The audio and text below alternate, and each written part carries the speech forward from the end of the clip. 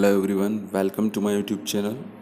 आज की इस वीडियो में मैं ग्रामर के कुछ रूल्स आपको बताऊंगा, जो कि सिंटैक्स पार्ट 4 है। इससे पहले भी मैं 3 पार्ट अपलोड कर चुका हूं, जहां पर हम सीखेंगे कि सब्जेक्ट वर्ब एग्रीमेंट क्या होते हैं। एक्चुअली ये बेसिक ग्रामर से रिलेटेड पोर्शन है कि कौन सी हेल्पिंग वर्ब किस सेंटेंस में किस नाउन और प्रोनाउन के लिए आएगी।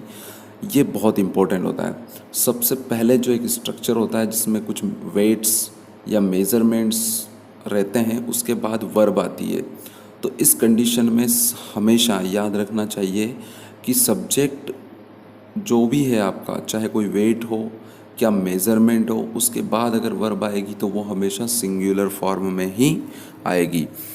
यानी वेट, नाप तोल जो भी रहता है ना, जैसे आपका कोई दूरी का हो गया और किलोग्राम का हो गया, वज़न का हो गया, यानी कि लीटर मीटर या रुपीज़ में हो गया, सब के लिए।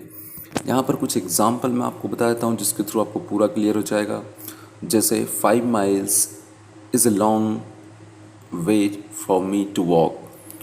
5 माइल्स, 5 मील, ये दिखने में प्लूरल लग रहा है, लेकिन 5 मील की एक दूरी बताया जा रहा है। दूसरा, 1 rupees sorry 2000 rupees is a good amount. 2000 रुपये का एक अच्छा अमाउंट होता है।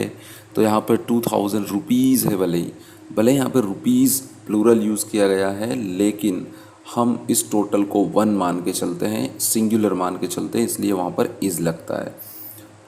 नेक्स्ट जो एग्जांपल है, 2 kilograms of rice is enough for the family. 2 kilo चावल परिवार के लिए पर्याप्त होगा। तो यहाँ पर 2 किलोग्राम्स, 2000 रुपीज़ एंड 5 माइल्स, ये सब कुछ जो है इनको हम सिंगुलर मान के चलेंगे। तो याद रखना, ये रूल होता है जब भी वेट मेजरमेंट्स आते हैं तो उसके बाद चाहे वो प्लूरल हो, वर्ब की फर्स्ट मतलब वर्ब जो है सिंगुलर ही आएगी। नेक्स्ट जो है वो है, अगर आपके नाम अगर कोई नेम्स हो, है ना, कोई टाइटल्स का नाम हो और उसके बाद अगर वर्ब आती है तो हमेशा ही आप सिंगुलर वर्ब का यूज़ करोगे। इसमें नेम्स की बात करें तो हम किसी कंट्री का नाम हो सकता है, किसी बुक का नाम हो सकता है, ठीक है, या किसी और चीज़ का नाम हो सकता है जो कि एक सिंगुलर या टाइटल जैसा आपको लगे कि जो टाइटल हो सकता है। उसमें आपको हमेशा ही वर्ब जो सिंगुलर वर्ब है वो ही यूज़ करना है, यानी कि वो वर्ब यूज़ करना है जो कि आपको मतलब कि जो कि हम सिंगुलर सब्जेक्ट के साथ यूज़ करते हैं, वो ही वर्ब इसमें यूज़ करना है। एग्जाम्पल के लिए देख लेते हैं, the United state of America is a very prosperous country. अब यूनाइटेड स्टेट ऑफ अमेरिका तो एक यूनिट है। यूनाइटेड स्टेट ऑफ अमेरिका एक संघीय देश है जिसके बारे में हम बात कर रहे हैं, लेकिन हम यहाँ पर क्या यूज़ कर रहे हैं, इज़ यूज़ कर रहे हैं। Arabian Nights is very famous book. तो अरेबियन नाइट्स जो है, अरेबियन नाइट्स, यहाँ पर नाइट्स हो रहा है पर इससे कोई फ़र्क नहीं पड़ता है, क्योंकि अरेबियन नाइट्स एक बुक का नाम है। चाहे इसके नाम के अंत में फिर ऐसा लग रहा है हमें कि नाइट्स लगा हुआ है, प्लूरल वर्ड लगा हुआ है, पर इससे कोई फ़र्क नहीं पड़ेगा। ये पूरी एक बुक का नाम है, तो हम एक की बात कर रहे हैं। यानी कि Lamb's Tales from Shakespeare is widely read. यहाँ पर शेक्सपियर की एक बुक है जिसका नाम है लेम्स टेल्स। यहाँ पर टेल्स अगेन प्लूरल है, लेकिन इससे कोई फ़र्क नहीं पड़ता क्योंकि यहाँ पर भी एक बुक का नाम है। तो जब भी बुक का नाम आए तो हमें क्या करना है कि वो बुक का नाम जब भी होगा वो कैपिटल लेटर से स्टार्ट होगा, यानी कि फर्स्ट लेटर उसका हमेशा कैपिटल होगा। सो डोंट वरी, आपको पता चल जाएगा कि वो किसी बुक का नाम होगा और राइटर का नाम भी रहेगा तो भी आपको पता चल जाएगा। तो उसके बाद हमेशा ही वो वर्ब यूज़ करना है जो कि सिंगुलर सब्जेक्ट के साथ आती है। चलिए नेक्स्ट रूल की तरफ चलते हैं कि कई बार क्या होता है, कुछ कलेक्टिव नाउन से हमारा सेंटेंस स्टार्ट होता है, या फिर हम बोल सकते हैं कि नाउन ऑफ मल्टीट्यूड्स। तो नाउन ऑफ मल्टीट्यूड्स यानी कि जब हम नाउन को प्लूरल लेते हैं तो उसको हम नाउन ऑफ मल्टीट्यूड कहते हैं, और अगर हम इसको सिंगुलर मानते हैं तो उसको कलेक्टिव नाउन बोलते हैं। जैसे कि कमेटी का नाम हो गया, जैसे गवर्नमेंट, जैसे बोर्ड, कोई स्टाफ या कंपनी का नाम, आर्मी या फिर क्लास का नाम, या फिर किसी क्रिकेट टीम और फुटबॉल टीम का नाम।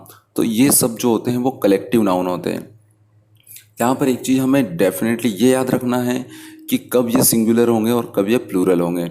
तो इसमें आपको बिल्कुल कंफ्यूज होने की ज़रूरत नहीं है। कुछ एग्जाम्पल मैं आपको बताऊंगा, उसके थ्रू आपको क्लियर हो जाएगा, बिल्कुल क्लियर हो जाएगा। ध्यान से देखते रहिए।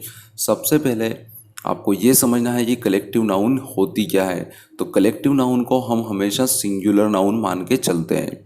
कलेक्टिव नाउन को हमेशा सिंगुलर नाउन मान के चलते हैं। इसका जो खास रूल है वो है, in this case both singular and plural verbs can be used. यानी कि इस केस में आप सिंगुलर वर्ब भी यूज़ कर सकते हैं और प्लूरल वर्ब भी यूज़ कर सकते हैं। We have to be careful in the uses of these verbs. हम इन वर्ब्स का यूज़ करते समय थोड़ी सावधानी रखेंगे।